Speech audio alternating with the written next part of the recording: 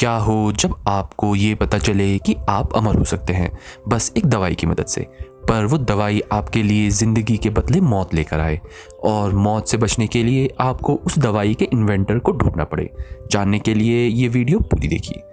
Scene शुरू होता है और हमें एक कहानी सुनाई जाती है कि कैसे साल 2052 में पूरी दुनिया कितने आगे बढ़ गई थी और कैसे उन सब में से एक आदमी जिसका नाम डॉक्टर स्किनर है, उसने एक ऐसी दवाई का आविष्कार करा था जिसने पूरी दुनिया को चेंज करके रख दिया, जिसका नाम हापूना है। ये एक ऐसी जादुई दवाई है जो इंसान की हर बीमारी का इलाज कर सकती है, जिसकी वजह से दुनिया में सारी बीमारियां खत्म हो गई हैं और दुनिया में सब लोग हंसते खेलते जी रहे हैं और सबको ये लग रहा है कि वो भी अमर रह सकते हैं।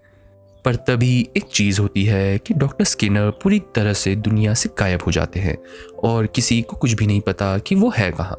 और ऐसे करते करते 3 साल बीत जाते हैं और सब लोग अभी भी हापूना को एक मैजिकल दवाई मानते हैं। तभी सीन शिफ्ट होता है और हमें एक इंसान दिखाया जाता है जो एक जेल के बाहर अपनी कार में बैठकर किसी का वेट कर रहा होता है। और हमें ये दिखाया जाता है कि एक कैदी जिसका नाम एक्सल होता है, उससे कोई मिलने आया है। कुछ देर बाद वो लोग आपस में बैठकर बात करने लगते हैं। हमें ये साफ दिखता है कि एक्सल उस इंसान को नहीं जानता जो उससे मिलने आई है।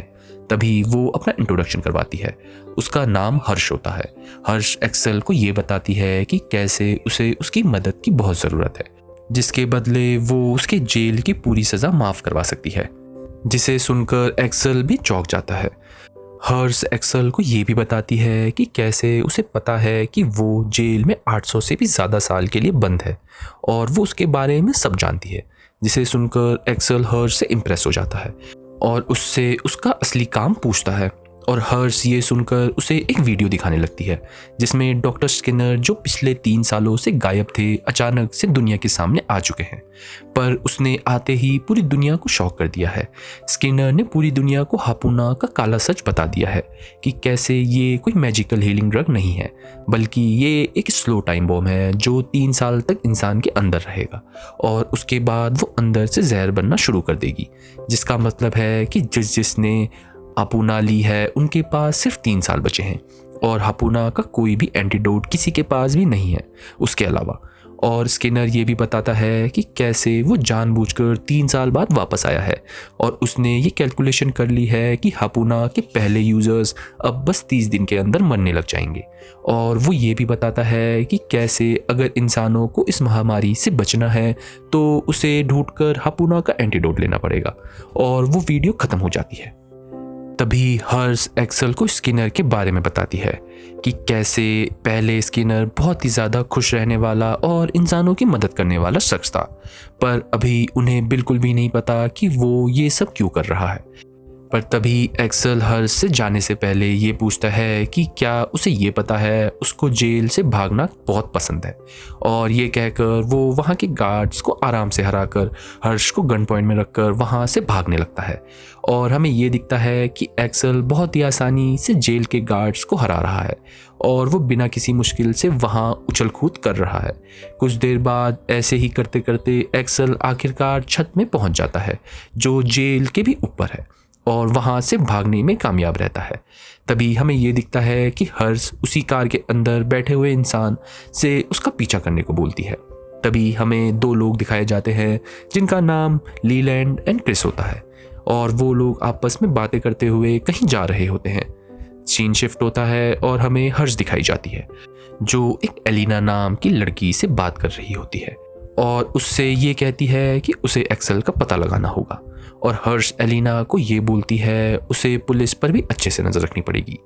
तभी हमें दूसरी तरफ ये दिखता है कि पूरी दुनिया में डॉक्टर स्किनर की वजह से डर का माहौल है और सब लोग आपस में लड़ने लग गए हैं डर के मारे। और सब लोग इस बात से डर रहे हैं कि अब उनके पास सिर्फ 30 दिन बचे हैं और 30 दिन के अंदर बहुत ज़्यादा बड़ी महामारी आ सकती है। तभी हमें एक्सल दिखाया जाता है जो एकदम खुश होकर रोड में घूम रहा होता है और अचानक से उसे एक पुलिस ऑफिसर देख लेता है और उस पर शक करता है। अब क्योंकि एक्सल ने अभी जेल के कैदी के कपड़े पहने हैं तो उसे और शक होने लगता है। पर एक्सल उसे ये कहकर बेवकूफ़ बना लेता है कि वो आजकल का फैशन है, जिससे वो ऑफिसर उस पर शक नहीं करता और एक्सेल समय रहते वहाँ से भाग लेता है और वो एक दुकान से कुछ कपड़े चुराकर बेबोलियन नाम की सिटी पर जाने लगता है। कुछ देर बाद हर्ष अपने बॉस के साथ कुछ बातें करती हुई दिखाई जाती है और वो अपने बॉस को ये बता देती है कि कैसे वो लोग एक्सेल को अभी भी नहीं पकड़ पाए। पर यह सुनकर उसका बॉस उसे जल्दी से जल्दी उसे पकड़ने को बोलता है, क्योंकि हर्ष और उसकी टीम ही उनकी आखिरी उम्मीद बनकर रह गई हैं। दूसरी तरफ बेबोलियन सिटी में हमें ये दिखता है कि एक्सेल को ट्रेन स्टेशन में पुलिस ने देख लिया है, जिसकी वजह से उसे वहाँ से भागना पड़ता है। पर यह चीज़ एलिना को भी पता चल जाती है और वो समय बर्बाद ना करते हुए ये चीज़ हर्ष के साथी को बता देती है और वो क्रिस को उसका पीछा करने को बोलता है, जिससे हमें ये पता चलता है कि क्रिस और लीलैंड भी हर्ष के साथ है। दूसरी तरफ एक्सेल दिखता है जो बहुत ही ज़्यादा आराम से पुलिस के ड्रोन से भाग रहा होता है। हमें कुछ देर बाद ये भी दिखता है कि लीलैंड भी हर्ष के साथी के साथ एक्सेल का पीछा करने के लिए निकल गया है। ऐसे ही करते करते कुछ देर बाद एलिना एक्सेल को भागता हुआ देखकर ये प्रिडिक्ट कर देती है कि वो अब कहाँ जाएगा और वो ये चीज़ क्रिस को बता देती है। और कुछ देर बाद हमें ये दिखता है कि क्रिस, लीलैंड और हर्ष के साथी ने एक्सेल को एक बहुत ही ऊंची जगह फंसा दिया है और उसे गन पॉइंट पर रख दिया है। तभी हमें हर्ष के साथी का नाम भी पता चल जाता है और उसका नाम डग होता है। डग एक्सेल से उसके साथ चलने को बोलता है, पर वो उसे मना कर देता है और उसे अलविदा कहकर वहाँ से कूद जाता है, जिसे देखकर डग, लीलैंड और क्रिस बहुत ज़्यादा शॉक हो जाते हैं। पर एक्सेल समय रहते एक ड्रोन पकड़ लेता है जिसे लीलैंड चला रहा होता है और उसकी मदद से वो जैसे तैसे एक गाड़ी में कूदकर वहाँ से भागने में कामयाब होता है और वो ये सब देखकर खुश हो ही रहा होता है। पर तभी कुछ देर बाद हमें दिखता है कि क्रिस एक्सेल को एक जगह देखकर उसकी एक फ़ैन बनने का नाटक करती है, पर एक्सेल उसे पहचान नहीं पाता, जिससे एक्सेल भी उसके जाल में फंस जाता है और क्रिस उस चीज़ का फ़ायदा उठाकर एक्सेल को बेहोश कर देती है।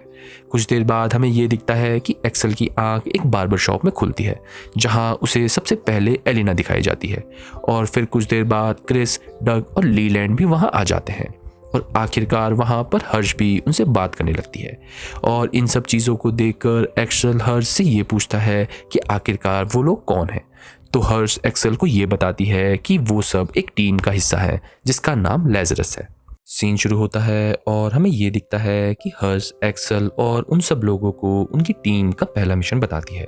कि कैसे उन सब को मिलकर डॉक्टर स्किनर को समय रहते ढूंढना है और उन सब के हाथों में एक रिस्टबैंड डाल दिया गया है, जिसकी मदद से हर्ष उन सब के एक्शंस को देखेगी। तभी ये सुनने से पहले एक्सेल बड़े ही आराम से क्रिस की गन चुरा लेता है और उसको गन पॉइंट में रख लेता है और हर्ष से ये बोलता है कि उसे आज़ाद कर दिया जाए। पर तभी हर्ष उसी के ब्रेसलेट की मदद से उसे एक बहुत ज़ोरदार शॉक देती है, जिससे वो गन गिरा देता है। और ये सब कर कर हर्ष सबको ये वार्निंग देती है कि अगर किसी ने भी उसकी बात नहीं मानी तो वो उसके ब्रेसलेट्स को इतना गर्म कर देगी कि उनका हाथ जलकर कट जाएगा, जिसे सुनकर सब लोग थोड़ा डर जाते हैं और एक्सेल भी हर्ष को इन सब चीज़ों की वजह से हाँ बोल देता है। दूसरी तरफ हमें ये दिखता है कि पूरी ग्लोबल मीडिया सरकार पर उंगली उठा रही है कि उन्होंने बिना किसी जांच पड़ताल के हापुना जैसी खतरनाक दवाई को पूरी दुनिया में बेचने की कोशिश करी और उनकी वजह से ही आज दुनिया इस मुकाम पर आई है, जिससे पूरी दुनिया सरकार से काफ़ी नाराज़ है और वो लोग सरकार के खिलाफ बहुत कुछ बोल रहे हैं। कुछ देर बाद हमें ये दिखता है कि बार्बर शॉप में लेज़रस टीम के सब लोग आपस में बात करते हैं और उन सबको ये पता चलता है कि उन सब ने हापुना का इस्तेमाल करा है। ये सब पता चलने के बाद सब लोग मिलकर डॉक्टर स्किनर को पकड़ने का प्लान बनाने का ठान लेते हैं।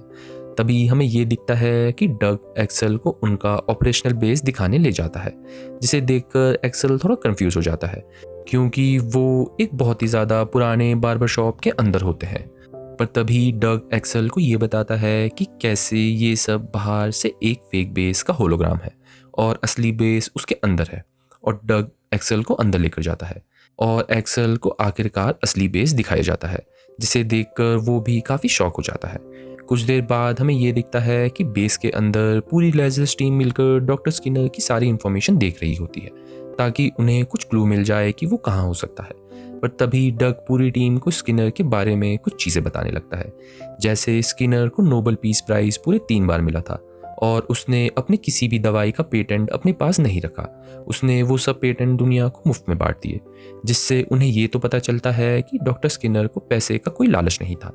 तो वो इन सब चीज़ों के लिए ऐसा खतरनाक काम नहीं कर सकता। वहीं हर्ष भी उन सबको ये बताती है कि कैसे डॉक्टर स्किनर ने यूएन काउंसिल में बहुत बार दुनिया को बचाने के लिए स्पीच दी है, और वो उन सबको डॉक्टर स्किनर की लास्ट स्पीच दिखाती है उसके गायब होने से पहले, जिसमें हमें ये दिखता है कि स्किनर पूरी दुनिया की कंट्रीज़ के आगे ये बताता है कि कैसे उसकी कैलकुलेशन के हिसाब से आगे आने वाले 3 साल बाद नॉर्थ पोल की सारी आइस मेल्ट हो जाएगी, जिससे पूरी दुनिया में ग्लोबल वार्मिंग का खतरा और भी ज़्यादा बढ़ जाएगा। पर हमें ये दिखता है कि उसकी स्पीच के दौरान बहुत सारी कंट्रीज़ उसकी बातें बोरिंग समझकर वहाँ से चले जाती है, जो शायद स्किनर को बहुत ज़्यादा बुरा लगा, और उसके कुछ ही दिनों बाद वो पूरी दुनिया से गायब हो गया था। ये सब सुनने के बाद लीलैंड भी सबको स्किनर के अच्छे कामों के बारे में बताता है, जिससे वो लोग इस बात को लेकर और भी ज़्यादा कंफ्यूज हो जाते हैं कि कोई इतना अच्छा इंसान इतने लोगों को क्यों मानना चाहेगा। पर तभी उनकी बातों के बीच में एलिना सबको ये बताती है कि कैसे उसे डॉक्टर स्किनर के खिलाफ एक लीड मिल गई है, जिसे सुनकर सब लोग बिना टाइम बर्बाद करे उस लीड के पीछे चले जाते हैं। तभी हमें ये पता चलता है कि वो लीड एक कंपनी के बारे में है जो सर्वाइवर शेल्टर्स बनाती है, और डॉक्टर स्किनर ने भी अपने लिए वहाँ से एक शेल्टर बनाया था, जिसे सुनकर सब लोगों को ये लगता है कि शायद उन्हें स्किनर उसी शेल्टर में मिल जाए। तभी हमें उन चारों की टीम दिखाई जाती है, जिसमें एक टीम में डग और लीलैंड होते हैं और दूसरी टीम में क्रिस और एक्सेल होते हैं। और हर्ष क्रिस और एक्सेल को उस शेल्टर को देखने के लिए भेजती है, और डग और लीलैंड को उस कंपनी के ऑफिस में जाने को बोलती है, और एलिना बेस में बैठकर सब पर नज़र रखेगी। पर हर्ष एलिना को एक और काम देती है कि वो दुनिया में जितने हो सके उतने कैमरास को हैक कर कर डॉक्टर स्किनर का फेस स्कैन करे, और जिससे उन्हें और भी ज़्यादा क्लूज मिल सकें,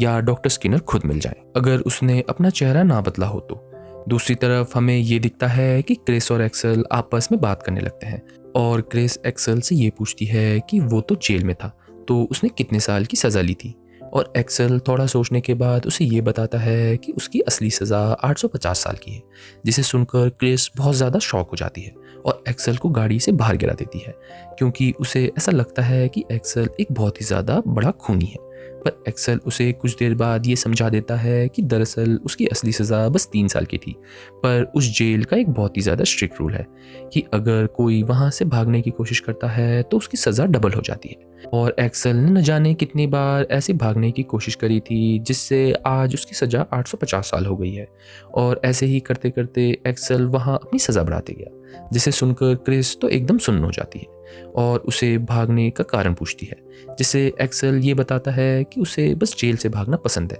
क्योंकि वो उसकी एक छोटी सी हॉबी है। दूसरी तरफ हमें ये दिखता है कि डग और लीलैंड भी आपस में बात करते हैं और ये शेयर करते हैं कि वो लोग लेज़रस में कैसे आए।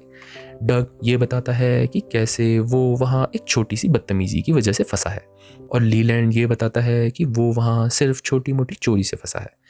इन सब को सुनकर हमें ये तो साफ साफ पता चल गया है कि पूरी लेज़र स्ट्रीम में हर किसी ने कुछ ना कुछ गलत करा है, और सब लोगों को हर्ष ने डॉक्टर स्किनर के बदले उनकी सज़ा माफ़ कराने को बोला है। तभी डग लीलैंड को ये बताता है कि पूरी लेज़र स्ट्रीम में शायद सबसे खतरनाक इंसान अलीना ही है, क्योंकि उसने ही पूरी दुनिया में सबसे खतरनाक काम करा है। जिसे सुनकर लीलैंड ये सोचता है कि अलीना तो बहुत ही ज़्यादा शर्मीली लड़की है, तो वो ये सब कैसे कर सकती है। पर डग उसे ये बताता है कि कैसे अलीना एक बहुत बड़ी हैकर है, जिसने पूरी दुनिया में बहुत ही ज़्यादा कांड कर रखे हैं। ऐसे ही करते करते कुछ बातों बाद हमें ये दिखता है कि चारों लोग अपनी लोकेशंस पर पहुंच गए हैं,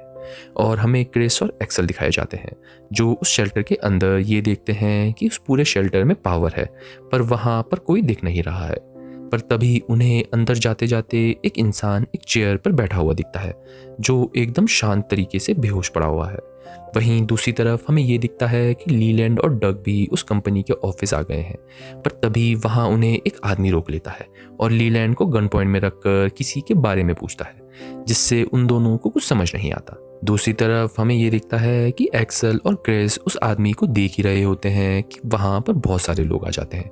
जो लोग आपस में गन फाइट करने शुरू कर देते हैं। तभी उन्हें ये पता चलता है कि उनमें से कुछ लोग तो रशियन हैं और कुछ लोग मैक्सिकन हैं, जो आपस में लड़ रहे हैं, जिससे क्रिस और एक्सेल को समझ नहीं आता कि वहाँ हो क्या रहा है। पर क्रिस देखती है कि इन सब चीज़ों से एक्सेल बहुत ज़्यादा खुश हो रहा है, जिसे सुनकर एक्सेल क्रिस को अपना गुड लक चार्म दिखाता है और ये बताता है कि कैसे जब तक वो उसके साथ है उसे कोई नहीं मार सकता। और ये कहकर वो वहाँ से गोली मारता हुआ भागने की कोशिश करता है, जिसे देखकर क्रिस तो एकदम चौंक जाती है। वहीं लीलैंड और डग के वहाँ एक और अनजान आदमी आ जाता है जो किसी कोबायाशी को बाहर बुलाने को बोलता है, और लीलैंड और डग इसे सुनकर और भी ज़्यादा कंफ्यूज होने लगते हैं और वो पहले वाला आदमी भी कंफ्यूज हो जाता है। पर तभी वो दोनों अनजान आदमी ये बताते हैं कि वो दोनों डेप्थ कलेक्टर हैं, यानी वो लोग लोन का पैसा रिकवर करते हैं। दूसरी तरफ हमें ये दिखता है कि एक्सेल बड़े ही आसानी से शेल्टर के अंदर के लोगों को हराने लगता है, पर क्रिस को ये समझ नहीं आता कि वहाँ हो क्या रहा है। और ऐसे ही करते करते कुछ देर बाद हमें ये दिखता है कि वो लोग आखिरकार उस इंसान के पास पहुँच जाते हैं। पर तभी वहाँ पर एक चीज़ होती है कि वहाँ पर FBI और ड्रग पुलिस भी उनके पास आ जाती है, और ये देख एक्सेल उनको ये बताने लगता है कि वो भी एक गवर्नमेंट टीम का हिस्सा है जिसका नाम लेज़रस है। पर वो लोग ये नाम सुनकर कुछ समझ नहीं पाते, और तभी वो इंसान भी अपनी नींद से उठ जाता है। पर उठते ही वो सबसे माफ़ी मांगने लगता है और उन सब से ये बोलता है कि वो उनके पैसे वापस कर देगा। पर ये सुनकर वहाँ पर सब लोग ही बहुत ज़्यादा कंफ्यूज हो जाते हैं, और तभी एक्सेल उस इंसान के खून को लेकर उसकी DNA की जांच करता है, जिससे उन्हें ये पता चल जाता है कि वो डॉक्टर स्किनर नहीं है। तभी सीन शिफ्ट होता है और हमें फिर से डग और लीलैंड दिखाए जाते हैं, और वो दोनों उन दोनों इंसान के साथ बैठकर बातें करने लगते हैं। और डग और लीलैंड को ये पता चलता है कि दरअसल कोबायाशी वही शख्स है जो उस कंपनी का मालिक है, और वो शख्स वही है जिसे क्रिस और एक्सेल ने उस शेल्टर में पकड़ा है। और वो दोनों लोन रिकवरी वाले वो लोग हैं जिन्होंने कोबायाशी को लोन दिया था, और वो उससे पैसा रिकवर करने के लिए आए हैं। पर जब वो लोग उस कंपनी में पहुंचे तो उन्हें ये लगा कि डग और लीलैंड कोबायाशी के साथ काम करते हैं। तभी उन्होंने उन पर हमला करने की कोशिश करी। तभी इन सब चीज़ों के बाद हमें ये दिखता है कि पूरी रेजिस टीम आपस में बात करती है और ये समझ जाते हैं कि ये मिशन कोई आम मिशन नहीं होने वाला है। वहीं दूसरी तरफ हमें एलिना भी दिखती है, जिसे अचानक से डॉक्टर स्किनर के सिग्नल आने लगते हैं और वो ये चीज़ हर्ष को बताती है। पर वो दोनों ये देखकर हैरान हो जाते हैं कि डॉक्टर स्किनर की शक्ल के हज़ारों लोग एक साथ ही दिख रहे होते हैं। सीन शुरू होता है और हमें ये दिखता है कि पूरी लेज़रस टीम को लाखों डॉक्टर स्किनर की शक्ल के दिखाई देते हैं, जिससे उन्हें ये पता चल जाता है कि कोई ना कोई उनकी फीड हैक कर रहा है और उन्हें भटकाने की कोशिश कर रहा है, और वो जो भी है बहुत ही ज़्यादा समझदार हैकर है। तभी पूरी लेज़रस टीम आपस में बात कर रही होती है कि तभी हमें ये दिखता है कि एलिना को ये लगता है कि ये कोई बहुत ही ज़्यादा एक्सपीरियंस हैकर ही हो सकता है, और वो भी जो पूरी दुनिया में टॉप 3 पर चल रहे हैं, जिनका नाम पॉपकॉर्न विज़ार्ड, डॉक्टर 909 और वो खुद है। ये सब सुनकर पूरी टीम को ये लगता है कि शायद उन दोनों में से कोई हैकर डॉक्टर स्किनर की मदद कर रहा होगा छुपने में। तभी हर्ष एलिना को ये सब पता करने को बोलती है और पूरी लेज़रस टीम से ये शेयर करती है कि अब उसे पक्का हो गया है कि डॉक्टर स्किनर ने अपना चेहरे की प्लास्टिक सर्जरी नहीं करी है, क्योंकि अगर उसने ऐसा किया होता तो उसे उन हैकरों की मदद लेने की ज़रूरत नहीं पड़ती, जिसे सुनकर सबको ये सही लगता है। कुछ देर बाद हमें ये दिखता है कि डग और एक्सेल मिलकर एक जगह जा रहे होते हैं, और डग एक्सेल को ये बताता है कि कैसे वो एक आदमी के पास जा रहा है जिसका नाम क्लाउड है, जो उसकी पुरानी यूनिवर्सिटी में उसका एक प्रोफेसर था, और क्लाउड ने स्किनर के साथ मिलकर पहले भी कुछ प्रोजेक्ट करे थे। वहीं दूसरी तरफ हमें ये दिखता है कि क्रिस और लीलैंड अपना भेस बदल कर डॉक्टर स्किनर के घर पहुंच जाते हैं कुछ तलाश करने के लिए। पर हमें ये दिखता है कि डॉक्टर स्किनर के घर में पुलिस ने नो एंट्री जोन बना दिया है और वो लोग किसी को भी अंदर जाने नहीं दे रहे हैं। पर तभी क्रिस और लीलैंड पुलिस को ये कहकर बेवकूफ़ बना लेते हैं कि वो वहाँ की घर की सफाई करने आए हैं और उन्हें सरकार ने भेजा है, जिससे वो दोनों स्किनर के घर के अंदर चले जाते हैं। वहीं दूसरी तरफ हमें ये दिखता है कि एक्सेल और डग भी क्लाउड के बारे में कुछ इन्फॉर्मेशन मिलती है कि उसने अपनी रिटायरमेंट ले ली है और वो वहाँ से चला गया है, और अब उसके बारे में किसी को कुछ नहीं पता। पर तभी डग जैसे तैसे ये ढूंढने में कामयाब रहता है कि क्लाउड शायद अब बेघर हो चुका है और वो अब सड़कों पर रह रहा है, जिसे सुनकर एक्सेल डग को ये बताता है कि वो क्लाउड को ढूंढने में मदद कर सकता है। कुछ देर बाद हमें ये दिखता है कि एक्सेल डग को एक ऐसी जगह लेकर जाता है जहाँ सब गरीब लोग रहते हैं, जिनके पास रहने के लिए अपना कोई घर नहीं होता। दूसरी तरफ साथ साथ में हमें ये भी दिखता है कि क्रिस और लीलैंड भी डॉक्टर स्किनर के घर में कुछ सबूत ढूंढ रहे होते हैं। तभी एक्सेल डग को उस जगह में एक आदमी को ढूंढने को बोलता है जिसका नाम जेरी होता है, और वो दोनों अलग होकर सबसे जेरी के बारे में पूछ रहे होते हैं। Just wait a minute guys, और ये सीन देखिए जिसमें डग एक इंसान से जेरी के बारे में पूछ रहा होता है, पर उसके बगल में बैठा हुआ इंसान उसे ये बताता है कि वो बोल नहीं सकता और ना ही सुन सकता है। अब इस सीन के बारे में हम आपको समरी में बताएंगे, तो चलिए वापस आते हैं वीडियो की तरफ। कुछ देर बाद हमें ये दिखाया जाता है कि कैसे क्रिस और लीलैंड को अभी तक स्किनर के घर में ऐसा कोई ठोस सबूत नहीं मिला है जो उन्हें बता सके कि डॉक्टर स्किनर कहाँ है, और वो लोग इस चीज़ से थक कर सोफे में आराम करने के लिए बैठ जाते हैं। तभी क्रिस को उसी सोफे के अंदर एक छोटी सी दवाई मिलती है जिसे वो अपने पास रख लेती है। तभी दूसरी तरफ हमें ये दिखता है कि एक्सेल एक इंसान से ये पूछता है कि यहाँ सब चीज़ें कौन देखता है, जिसे सुनकर वो एक लड़की जिल के बारे में उसे बताता है जो वहाँ की हेड होती है। तभी वहाँ जिल भी आ जाती है और वो एक्सेल को देखकर बहुत खुश होने लगती है, जिससे हमें ये पता चलता है कि दरअसल एक्सेल लोग जिस जेरी नाम के आदमी को ढूंढ रहे हैं उसने अपना जेंडर चेंज करके लड़की में बदल लिया है और उसका नाम बदलकर उसने जिल रख लिया है, जिसे देखकर एक्सेल भी थोड़ा चौंक जाता है। तभी कुछ देर बाद हमें ये दिखता है कि एक्सेल, डग और जिल साथ में बैठकर बातें करने लगते हैं, और डग बिना समय बर्बाद किए जिल से ये पूछता है कि क्या उसने किसी क्लाउड नाम के इंसान को देखा है। पर जिल उसे उसका कारण पूछती है, जिसे सुनकर डग उन दोनों को एक सच बताता है कि कैसे क्लाउड उसकी यूनिवर्सिटी में सिर्फ एक प्रोफेसर था और वो इकलौता इंसान था जो उस पर भरोसा करता था कि वो आगे जाकर बहुत बड़े काम करेगा। पर उसने अपनी बेवकूफ़ी के चक्कर में कुछ सज़ा काट ली और अब वो लेजिस टीम का हिस्सा बनकर रह गया, और अब उसे ये पता है कि क्लाउड के अलावा उसकी कोई और मदद भी नहीं कर सकता। जिसे सुनकर जिल उसे बिना आगे कुछ बोले क्लाउड के बारे में बता देती है, और कुछ ही देर बाद आखिरकार डग को क्लाउड मिल ही जाता है, और आखिरकार क्लाउड डग आपस में बात करने के लिए चले जाते हैं। और तभी एक्सेल को वहाँ पर एक बच्चा एक बास्केटबॉल गेम के लिए चैलेंज करने लगता है, जिससे वो भी हाँ बोल देता है। कुछ देर बाद हमें ये दिखता है कि डग और क्लाउड आपस में बातें करने लगते हैं, और डग उसे स्किनर के बारे में कुछ भी इंफॉर्मेशन पूछता है, जिसे सुनकर क्लाउड उसे ये बताता है कि कैसे उसे स्किनर के बारे में कुछ भी नहीं पता, पर उसे बस इतना पता है कि वो अपनी ग्रैंडमदर के बारे में हमेशा बताता था, जो एक मिडल ईस्ट शहर में रहती थी जिनका नाम मिलिंडा है, और वो वहाँ की लोकल मिठाई बकलावा बहुत अच्छी बनाती थी। जिसे सुनकर डग क्लाउड का धन्यवाद कर कर वहाँ से चले जाता है, और हमें ये दिखता है कि एक्सेल भी उस बच्चे को काफ़ी बुरी तरीके से हरा देता है, और वो दोनों मिलकर जिल के वहाँ से वापस चले जाते हैं। कुछ देर बाद हमें ये दिखता है कि पूरी लेजर्स टीम मिलकर मिलिंडा के बारे में कुछ न कुछ ढूंढने की कोशिश करती है, पर उन्हें कुछ भी नहीं मिल रहा होता। पर तभी इन सब चीज़ों की वजह से डग को ये लगता है कि शायद स्किनर ने जानबूझकर ये बात फैलाने की कोशिश करी है, ताकि आगे जाकर कोई भी उसे ना ढूंढ पाए और कंफ्यूज हो जाए। पर तभी अलीना सबको एक चीज़ दिखाती है कि कैसे टर्की के शहर इस्तांबुल में एक ऐसी जगह है जहां क्राइम बहुत होते हैं, पर उस पूरी जगह के कैमरे नहीं चल रहे हैं, जिसे देखकर उन्हें उस जगह पर शक होने लगता है। पर क्रिस और डग को ये लगता है कि शायद ये कोई चाल भी हो सकती है, पर हर्ष बिना ज़्यादा क्लूज की वजह से ऐसी कोई भी चीज़ अनदेखा नहीं कर सकती, और वो टीम में से 2 लोगों को वहां जाने का ऑर्डर दे देती है। कुछ देर बाद हमें ये दिखता है कि लेजर्स टीम इस्तांबुल के लिए निकल जाती है, और ऐसे ही वो कुछ देर बाद इस्तांबुल के अंदर पहुंच जाती है, और हमें ये दिखता है कि हर्ष ने लीलैंड और एक्सेल को एक टीम बनाकर यहाँ भेजा है, और वो लोग कुछ सबूत ढूंढने के लिए वहाँ खोजबीन करना शुरू कर देते हैं।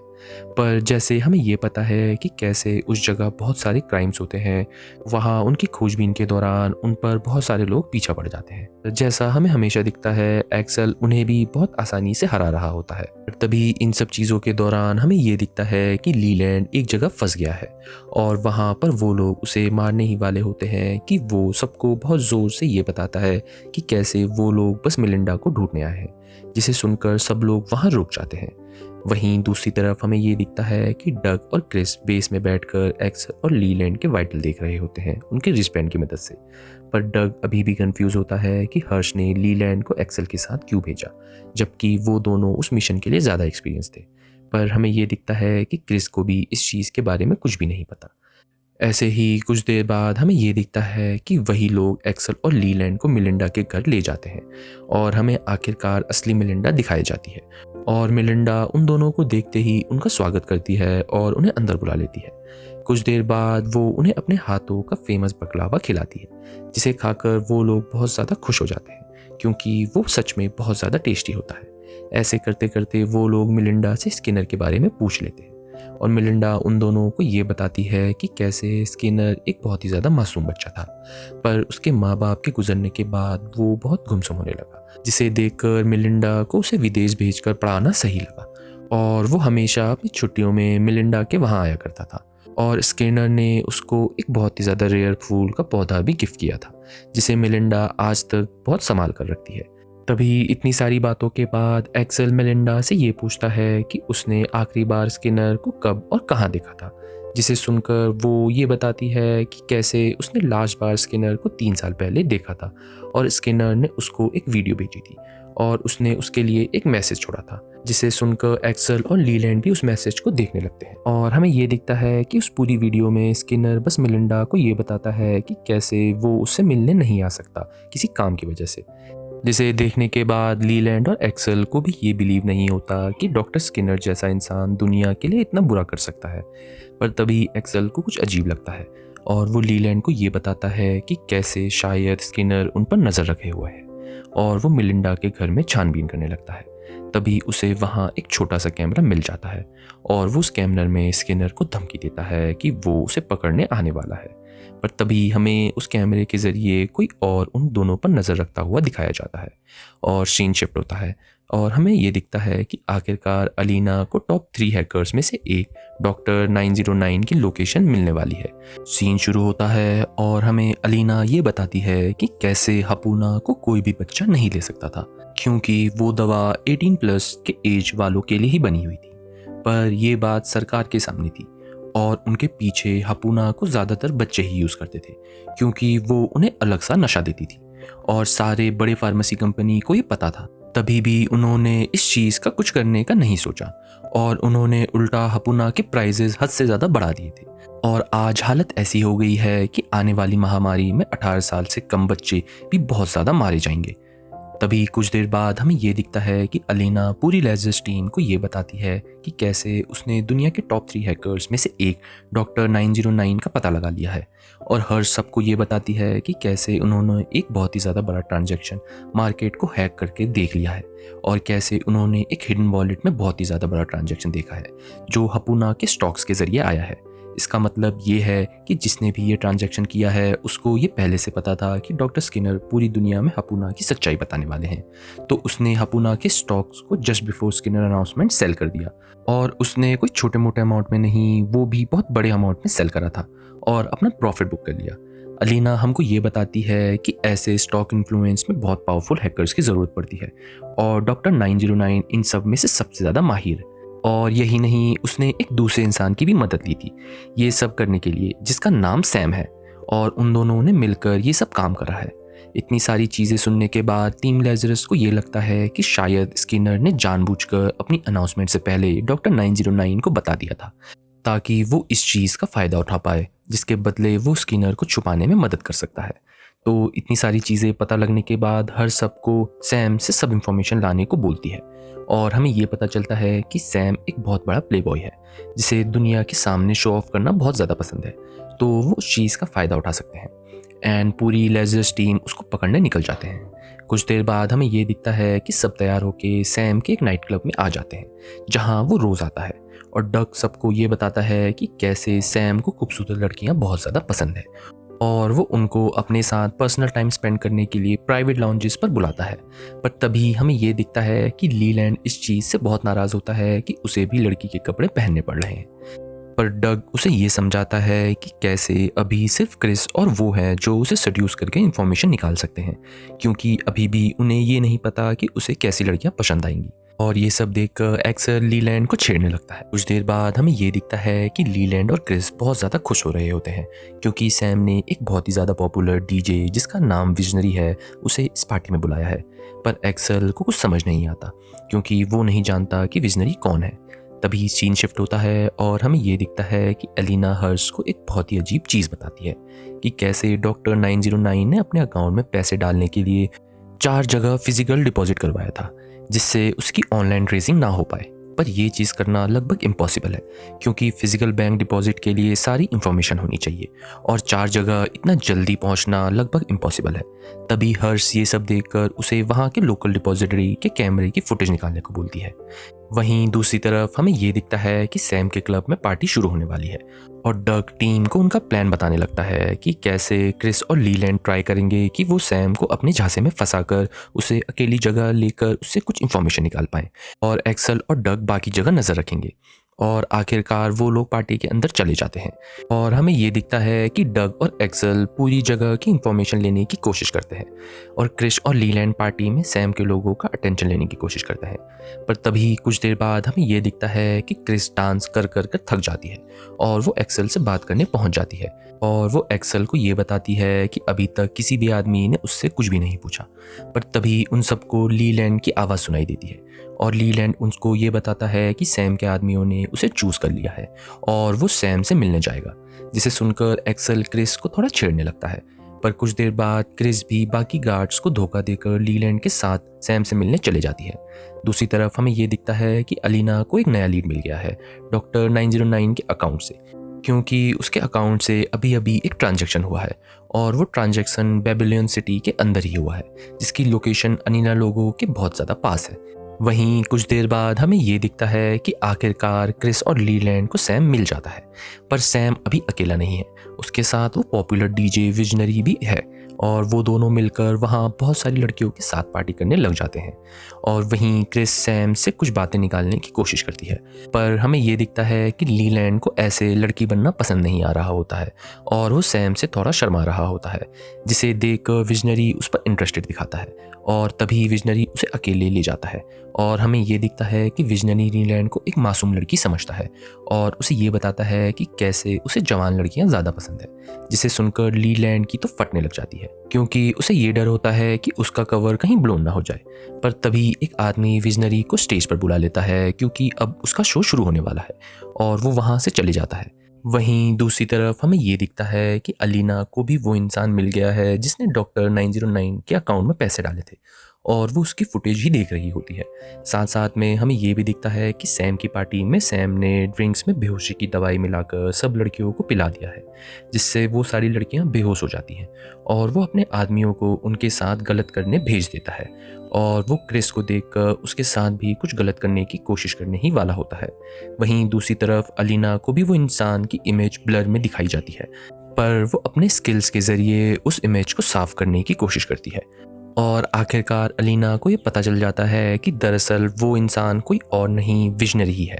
और वही दूसरी तरफ हमें ये दिखता है कि क्रिस सैम को चौंका देती है अपना बेहोशी का नाटक ख़त्म कर कर और वो उसे थोड़ा सबक सिखाकर उसे बिल्डिंग से नीचे फेंक देती है, जहां वो सीधा जाकर विजनरी के ऊपर गिरता है। और तभी अलीना पूरी टीम को ये बता देती है कि असली डॉक्टर 909 कोई और नहीं विजनरी ही है और ये सब चीज़ें देखकर एक्सेल और डग भी वहाँ गार्ड से लड़ना शुरू कर देते हैं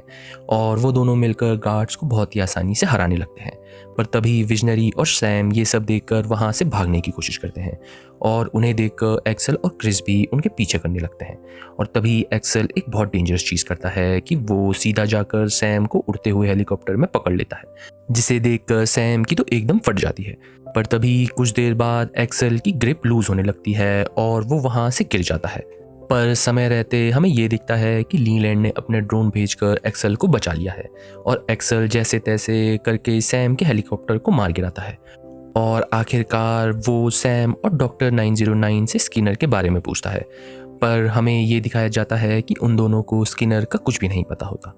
ये सुनकर एक्सेल उनसे ये पूछता है कि उन्हें ये कैसे पता चला कि हपुना के स्टॉक्स गिरने वाले हैं, जिसे सुनकर विजनरी उसे ये बताता है कि उसने ये सब हपुना के डिस्ट्रीब्यूशन वाली कंपनी का डाटा हैक कर लिया था और उसे ये खबर वहीं से पता चली और उन्होंने फिर उसके स्टॉक्स भी शॉर्ट करे, जिसे सुनकर एक्सेल उसे वो डाटा मांगता है और वो उससे वो डाटा लेकर उन दोनों को वहीं छोड़कर चला जाता है। कुछ देर बाद हमें ये दिखता है कि अपने बेस में पूरी लेजर्स टीम मिलकर न्यूज़ देख रही होती है, जहां सैम और विजनरी को पुलिस ने इनसाइडर ट्रेडिंग के आरोप में अरेस्ट कर लिया है और हर्ष उन्हें ये बताती है कि कैसे सैम और विजनरी दोनों में से कोई भी डॉक्टर स्किनर के कांटेक्ट में नहीं था।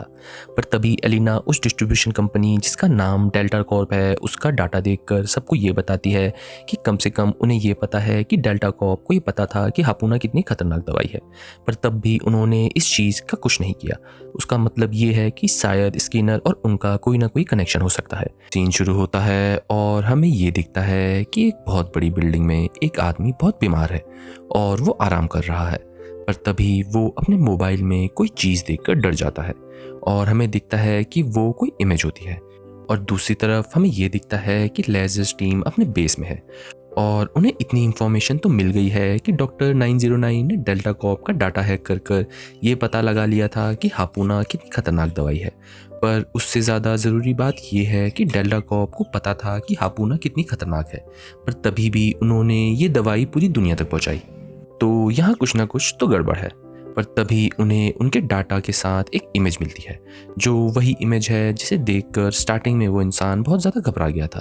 पर पूरी टीम को ये समझ नहीं आता कि ये दरअसल है क्या। पर तभी हमें एलिना अपनी एक फाइंडिंग्स बताती है जिसमें उसने एक चीज़ नोटिस करी है, और वो चीज़ ये है कि डेल्टा कॉर्प के अंदर कोई इंसान एक वेबसाइट जिसका नाम साउंड क्लाउड है वहाँ पर हर हफ्ते म्यूज़िक अपलोड कर रहा है, जिसे सुनकर बाकी टीम मेंबर्स को ये लगता है कि इसमें कोई बड़ी बात नहीं हो सकती, क्योंकि क्या पता उस इंसान को म्यूज़िक पसंद हो।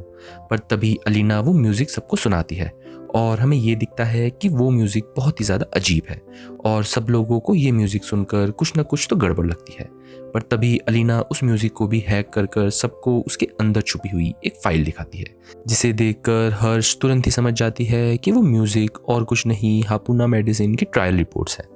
पर हर्ष को ऐसे देखकर डग उससे ये पूछता है कि उसे ये सब कैसे पता, और हर्ष ये सब सुनकर कुछ बहाने बनाने लगती है, जिससे हमें ये दिखता है कि डग को उस पर हल्का हल्का शक हो गया है। पर तभी पूरी टीम ये सोचती है कि कोई ऐसे म्यूज़िक के ज़रिए रिपोर्ट क्यों अपलोड करेगा,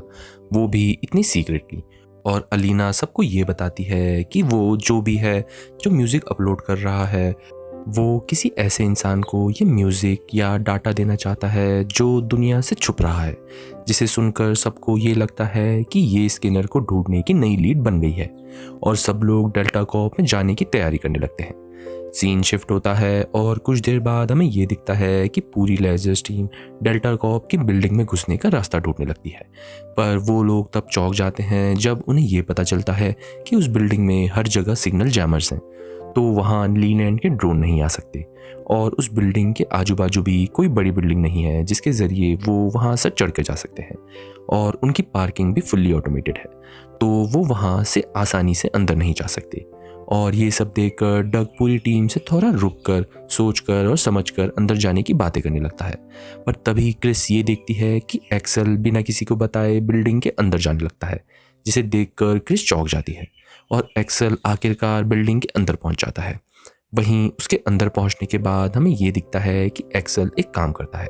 कि वो जानबूझकर बहुत ज़्यादा घबराने की कोशिश करता है, जिससे सारे गार्ड्स उस पर शक करने लग गए हैं और वो इसमें कामयाब भी हो जाता है। और आखिरकार जब एक्सेल एक एलिवेटर के अंदर जाता है तो उसको सब गार्ड्स आपस में सराउंड कर लेते हैं और उसके साथ एलिवेटर में चढ़ जाते हैं, और हमें एक्सेल के चेहरे पर साफ साफ खुशी दिख जाती है, क्योंकि हमें तो ये पहले से पता है कि इन गार्ड्स के साथ बहुत बुरा होने वाला है, और हमें ये बुरा साफ साफ दिख भी जाता है और एक्सेल उन सबको बड़े ही आसानी से हरा देता है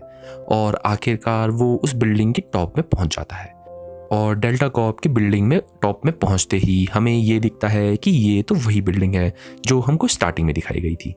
कुछ देर बाद हमें ये दिखता है कि एक्सेल एक आदमी को फेक गन पॉइंट पर रखता है और उससे ये कहता है कि वो पूरी बिल्डिंग की सिक्योरिटी हटा दे, और हमें ये दिखता है कि वो आदमी कोई और नहीं डेल्टा कॉर्प का प्रेसिडेंट है और वो वही इंसान है जो हमें स्टार्टिंग में दिखा था। और आखिरकार प्रेसिडेंट एक्सेल की बात मानकर वहाँ के सारी सिक्योरिटी सिस्टम ऑफ कर देता है, जिसके बाद पूरी लेजर्स टीम उससे पूछताछ करने लग जाती है और वो लोग उसे हापुना का टेस्ट डाटा भी दिखाते हैं, जिसे देखकर प्रेसिडेंट तो बहुत ज़्यादा शॉक हो जाता है। और डग उसे ये बताता है कि कैसे उन्हें ये पता चल गया है कि वो वही इंसान है जो ये फाइल सीक्रेटली म्यूज़िक में छुपाकर किसी को भेज रहा था, जिससे प्रेसिडेंट को और कुछ समझ नहीं आ रहा होता और वो उनसे उनके बारे में पूछने लगता है। पर आखिरकार एक्सेल उसे रोककर उससे डॉक्टर स्किनर की लोकेशन मांगता है और हमें ये दिखता है कि दरअसल प्रेसिडेंट को भी ये नहीं पता कि स्किनर कहाँ है और वो उसी की वजह से ऐसे सीक्रेटली फाइल्स इंटरनेट पर अपलोड कर रहा था, जिससे स्किनर अपनी समझदारी से उन्हें पकड़ ले और जैसे तैसे स्किनर ये ट्रायल रिपोर्ट देखकर उनकी थोड़ा मदद कर दे। अभी प्रेसिडेंट उन सबको ये भी बताता है कि कैसे उनको ये नहीं पता कि हापुना इतनी खतरनाक दवाई थी जब तक उन्होंने ह्यूमन ट्रायल्स ना करे थे। पर वो उन्हें ये बताता है कि जब 3 साल पहले हापुना दुनिया में आई तो उसकी खबर सुनकर सब लोग जल्दी से जल्दी हापुना को लेना चाहते थे। तो डेल्टा कॉर्प को ये लगा कि उनकी अपॉर्चुनिटी मिस ना हो जाए, तो उन्होंने स्टार्टिंग फेज में बस मॉन्कीज़ पर ये हापुना ट्रायल करी, जिससे पूरा बैच में से सिर्फ एक मॉन्की मरा और मरने के बाद उस मॉन्की की आंखें बहुत ज़्यादा अजीब हो गई, जैसे अंधेरी रात में तारों की फॉर्मेशन हो। और आखिरकार हमें ये पता चल जाता है कि जो इमेज अब तक हमें दिख रही थी वो दरअसल उसी टेस्ट सब्जेक्ट वाले मॉन्की की आंखों की थी। इतना सब बोल के वो उन्हें ये भी बताता है कि अब सारे इंसानों की हालत भी ऐसे ही होने वाली है, जिससे वो और भी ज़्यादा डरा हुआ है। और वो उन्हें ये भी बताता है कि जब तक उन्हें ये पता चला कि हापुना की सच्चाई क्या है वो पूरी दुनिया में बढ़ चुकी थी और डॉक्टर स्किनर की अनाउंसमेंट से पहले डॉक्टर 909 ने उनका डाटा हैक कर ये इन्फॉर्मेशन देख ली और उसका फ़ायदा उठा लिया। इतना सब सुनने के बाद अचानक से हमें ये दिखता है कि एक्सेल के दिमाग में एक आइडिया आता है और वो सबको ये बताता है कि वो लोग अब डॉक्टर स्किनर को खुद अपने पास बुलाएंगे। तभी सीन शिफ्ट होता है और हमें ये दिखता है कि हर्ष अपने बॉस को एक कार्ड दिखाती है और वो उन्हें लेजिस टीम का प्लान बताती है। वो ये बताती है कि जो कार्ड उसके बॉस ने पकड़ा हुआ है वो कार्ड दरअसल एक कॉन्फ्रेंस का है, जिसमें वो लोग पूरी दुनिया से मशहूर डॉक्टर्स और साइंटिस्ट को हापुना का एंटीडोट मिल गया है कहकर बुलाएंगे और ये बताएंगे कि ये सब हापुना की दवाई का इलाज है और वो लोग अब स्किनर को हरा सकते हैं। पर ये सब फेक होगा, जिससे स्किनर को डर लगेगा कि दुनिया ने हापुना का एंटीडोट खोज लिया है और वो ये चीज़ खुद देखने भी आ सकता है, जिससे वो लोग आखिरकार उसे पकड़ सकते हैं। और ये सब सुनने के बाद हर्ष का बॉस उसके प्लान की हाँ मंजूरी दे देता है और आखिरकार कुछ देर बाद हमें ये दिखता है कि पूरी लेजिस टीम ने डेल्टा कॉर्प में सबको हाई अलर्ट पर डाल दिया है और उन सब ने पूरी तैयारी कर ली है कि अगर स्किनर उन्हें यहाँ दिख गया तो वो उसे यहाँ से भागने नहीं देंगे। और हमें ये भी पता चलता है कि अगर स्किनर की मदद करने वाला हैकर पॉपकॉर्न विजार्ड कुछ भी हरकत करता है तो उसे बचाने के लिए अलीना पूरी तरीके से डेल्टा कॉर्प के सिस्टम को चलाएगी। और यही नहीं, उसने उस हैकर के लिए सिस्टम में एक जाल भी बिछा दिया है, जिससे आखिरकार वो लोग पॉपकॉर्न विजार्ड को भी पकड़ सकते हैं। और आखिरकार हमारी टीम का ऑपरेशन शुरू हो जाता है और हमें ये दिखता है कि पूरी डेल्टा कॉर्प में गेस्ट आने लगते हैं, जो ज़्यादातर नामी गिनामी डॉक्टर्स या साइंटिस्ट हैं और वो लोग एक एक कर अंदर आने लगते हैं। पर तभी हमें ये दिखता है कि बिल्डिंग की एंट्रेंस में एक आदमी थोड़ा अजीब हरकतें करने लगता है, जो डग का ध्यान खींच लेती है और डग उसकी इंफॉर्मेशन निकालता है और उसे ये पता चलता है कि उस इंसान का नाम पैट्रिक है, जो स्किनर के साथ कुछ प्रोजेक्ट में काम कर चुका है। और ये सब जानकर डग पैट्रिक पर नज़र रखने लगता है और आखिरकार कुछ देर बाद टीम कॉन्फ्रेंस शुरू हो जाती है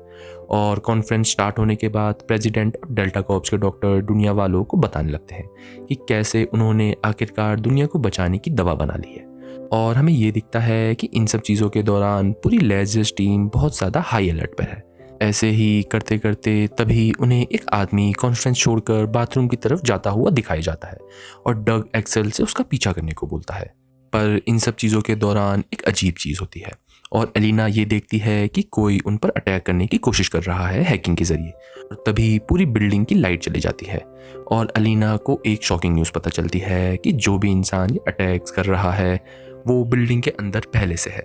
तो वो पूरी टीम को ही बता देती है। ये सुनकर एक्सेल भी उस इंसान के पीछे टॉयलेट चला जाता है, पर वो ये देखकर शॉक होता है कि वो इंसान बस फ्रेश होने के लिए टॉयलेट आया था और ये चीज़ वो सबको बता देता है। पर तभी एक और चीज़ होती है, अचानक से एक इंसान अंधेरे का फ़ायदा उठाकर डेल्टा कॉप की फेक एंटीडोट अपने अंदर इंजेक्ट कर देता है और वो ये पागलों के जैसे चिल्लाने लगता है कि अब वो मर नहीं सकता और अब डेल्टा कॉप इस एंटीडोट को हायर प्राइजेस पर बेच भी नहीं सकती। पर उसकी ये हरकत देखकर डग उसे एक अकेली जगह बंद कर देता है और उसे सच बता देता है कि ये फेक एंटीडोट था, जिसे सुनकर उस इंसान की तो सारी उम्मीद छिन जाती है। और तभी हमें ये दिखता है कि एक लड़की बहुत ही अजीब तरीके से हंसकर अपना लैपटॉप में कुछ करने लगती है और उसके बाद हमें ये दिखता है कि पूरी डेल्टा कॉप की बिल्डिंग के अंदर बहुत ज़्यादा अजीब चीज़ें होने लगती है, जैसे पूरी की पूरी बिल्डिंग हैक हो गई है। और सब लोग ये चीज़ देखकर बहुत ही ज़्यादा शॉक हो जाते हैं और अलीना को भी कुछ समझ नहीं आ रहा होता कि यहाँ चल क्या रहा है। पर तभी अलीना को एक चीज़ पता चलती है कि डेल्टा कॉप के सारे सिक्योरिटी गार्ड्स के पास जो वॉकी टॉकी है उसमें से कुछ अजीब सिग्नल आ रहे हैं, तो उसमें कुछ ना कुछ तो गड़बड़ है और वो ये चीज़ सबको बता देती है। तभी ये सुनकर एक्सेल एक गार्ड से उसके वॉकी टॉकी के बारे में पूछता है और वो गार्ड उसे ये बताता है कि ये सब नए वॉकी टॉकी हैं जो उनके पास कल ही शिफ्ट हुए हैं, क्योंकि उनके पुराने वॉकी टॉकी में कुछ दिक्कत आने लग गई थी, जिससे वो लोग ये समझ जाते हैं कि हैकर ने सब गार्ड्स के नई वॉकी टॉकी पर कुछ गड़बड़ करी हुई है और जिसकी मदद से वो पूरी बिल्डिंग हैक कर पा रहा है, जिससे वो लोग शॉक हो जाते हैं। पर तभी अलीना कुछ चीज़ सोचने लगती है और अचानक से वो सबको ये बताती है कि कैसे वो हैकर उनके जाल में फंस गई, क्योंकि अलीना ने डेल्टा कॉप की बिल्डिंग के अंदर एक फेक फाइल भी फिट करी हुई थी जिसका नाम उसने असली एंटीडोट कर रखा हुआ था और वो हैकर वही एंटीडोट की फाइल डाउनलोड कर रही है। पर उसे ये नहीं पता कि इस फाइल में ट्रैकिंग सिस्टम भी ऑलरेडी अपडेटेड है और वो हैकर अभी वही डाउनलोड कर रही है। और आखिरकार अलीना को उस हैकर या पॉपकॉर्न विजार्ड की लोकेशन मिल जाती है और आखिरकार अलीना सबको ये बताती है कि उसने दुनिया के टॉप 2 हैकर जो स्किनर की मदद कर रहा है पॉपकॉर्न विजार्ड की लोकेशन पता लगा ली है, जो पाकिस्तान स्टॉक एक्सचेंज इस्लामाबाद पाकिस्तान में है। जिसे सुनकर हर्ष वहाँ पर लोकल पुलिस को उसे पकड़ने को भेज देते हैं। पर तभी अलीना ये देखती है कि पॉपकॉर्न विजार्ड की लोकेशन चेंज हो रही है और वो चल रही है। इसका मतलब ये है कि वो वहाँ से भाग रही है और आखिरकार हमें वही लड़की दिखती है जो अभी कुछ देर पहले अपने लैपटॉप में कुछ अजीब कर रही थी और आखिरकार हमें ये पता चल जाता है कि ये लड़की ही असली पॉपकॉर्न विजार्ड है। और आखिरकार पॉपकॉर्न को भी अलीना का प्लान पता चल जाता है और वो अपना पूरा लैपटॉप एक खाई से बाहर फेंक देती है, जिससे उसकी लोकेशन भी गायब हो जाती है और डेल्टा कॉप में सब नॉर्मल हो जाता है। और कुछ देर बाद हमें ये दिखता है कि अलीना सबसे माफ़ी मांगती है कि वो पॉपकॉर्न विजार्ड से जीत नहीं पाई। पर तभी अचानक से एलिना के पास पॉपकॉर्न का कॉल आ जाता है और वो एलिना की तारीफ करती है कि कैसे वो पॉपकॉर्न को बस पकड़ने ही वाली थी। पर इससे पहले एलिना कुछ बोल पाती वो कॉल काट देती है और हमें आखिरी में ये दिखता है कि पॉपकॉर्न अपने ट्रक के अंदर बैठकर पहाड़ की तरफ चले जाती है। सीन शुरू होता है और हमें बेस के अंदर पूरी रिलाइजर्स टीम मिलकर स्किनर के बारे में एक 15 साल पुराना आर्टिकल पढ़ते हुए दिखाई जाती है, जिसमें ये लिखा होता है कि कैसे स्किनर ने एक रिलीजियस आदमी से मिलकर उसकी बहुत तारीफ करी थी और उसने उनके रिलीजन को एक बहुत ही ज़्यादा अच्छा विचार भी बताया था। वहीं डग उन्हें उस रिलीजन ग्रुप के आज के समय का हेडक्वार्टर या रहने की जगह भी दिखाता है, जो एक सुनसान जंगल के अंदर होती है और उस रिलीजन का नाम और उनके हेडक्वार्टर का नाम एक ही है, जो है टावर और ट्रुथ। पर तभी हमें ये दिखता है कि ये नाम सुनकर अलीना थोड़ा चौंक जाती है, पर वो किसी को कुछ भी नहीं बताती कि उसे क्या हुआ है। और डग उन सबको ये भी बताता है कि कैसे ये रिलीजन एक एआई की पूजा करता है, क्योंकि उन्हें असली भगवान पर भरोसा नहीं है और कैसे उन लोगों ने अपने आप को पूरी दुनिया से अलग भी कर लिया है और वो लोग अपना रहना खाना उसी जंगल में करते हैं। जैसे बोलकर डग सबको ये बताता है कि कैसे वो जगह एकदम परफेक्ट होगी अगर स्किनर को दुनिया से अलग होकर छुपना होगा। जिसे सुनकर एक्सेल को इस चीज़ पर ज़्यादा भरोसा नहीं होता, पर क्रिस और लीलैंड को डग की बात में कुछ तो लॉजिक लगता है। तभी हमें ये दिखता है कि हर्ष ये फैसला करती है कि वो लोग वहाँ जाकर ये सब पता करेंगे कि वहाँ हो क्या रहा है और हर्ष अलीना को उस एआई को हैक करने को भी बोलती है। पर तभी अलीना सबको ये बताती है कि नागा को कोई हैक नहीं कर सकता, क्योंकि वो बाहर से कनेक्टेड नहीं है, वो सिर्फ अंदर से ही कनेक्टेड हो सकता है या हैक हो सकता है। इसका मतलब है कि किसी को अंदर जाके ही उसे हैक करना पड़ेगा। पर तभी सब लोग अलीना से नागा का नाम सुनकर थोड़ा कंफ्यूज होने लगते हैं और अलीना को आखिरकार उन सबको सच बताना पड़ता है और हमें अलीना से ये पता चलता है कि उस एआई का असली नाम नागा है और यही नहीं, वो उन सबको ये भी बताती है कि दरअसल वो भी वहीं से आई है और वो वहाँ पहले भी रह चुकी है। और वो ये भी ऑफ़र करती है कि वो वहाँ अकेले जाकर नागा को हैक करने की कोशिश करेगी, क्योंकि वो वहाँ पहले भी रह चुकी है, तो वहाँ लोगों को उसके बाद शक नहीं होगा। पर ये सुनकर सब टीम उसे अकेले जाने से मना कर देती है और ये बोलती है कि वो सब साथ में जाएंगे। पर अलीना उन्हें ये बताती है कि कैसे वहाँ के लोगों को बाहर के लोग अच्छे नहीं लगते और वो लोग उन सबको देखकर अलीना को भी अंदर नहीं आने देंगे, क्योंकि वो लोग बहुत बड़े हैं। पर अगर उसके साथ कोई बच्चा होगा तो वो उसे अंदर ले जा सकती है और उसके ग्रुप का नया हिस्सा बनाने के लिए बोल सकती है, जिसे सुनकर सब लोग लीलैंड की तरफ देखने लगते हैं। और हमारा सीन शिफ्ट हो जाता है और कुछ देर बाद हमें ये दिखता है कि पूरी लेज़र्स टीम टावर और ट्रुथ में जाने के लिए निकल जाती है। और वहाँ पहुँचते ही डग, एक्सेल और क्रिस लीलैंड और अलीना को अलविदा करते हैं और उन्हें ये बताते हैं कि कैसे वो लोग उनके पास के एक मोटल में ही रुकेंगे और अगर कुछ भी होता है तो वो उनकी मदद के लिए वहाँ से जल्दी आ जाएंगे। और आखिरकार हमारी टीम अलग हो जाती है। तभी कुछ देर बाद लीलैंड और अलीना टावर और ट्रुथ में पहुंच जाते हैं, जहां घुसते ही वहां के सब लोग उन दोनों को बहुत ही अजीब नज़रों से देखने लगते हैं। पर तभी वहां पर एक लड़की जिसका नाम हाना होता है, वो आकर अलीना को गले लगा लेती है और हमें ये पता चलता है कि अलीना और हाना बचपन के दोस्त हैं। और कुछ बातों के बाद हमें ये दिखता है कि हाना लीलैंड और अलीना को टावर के अंदर लेकर जा रही होती है। तभी वहाँ एक और औरत उनसे मिलने आ जाती है जिसका नाम कार्ला होता है और हमें ये दिखता है कि कार्ला भी अलीना को देखकर खुश होने लगती है। पर कार्ला अलीना के कान में कुछ अजीब कहती है। वो ये कहती है कि कैसे उसे पता था कि वो वापस आ जाएगी, क्योंकि बाहर की दुनिया बहुत ज़्यादा गंदी है।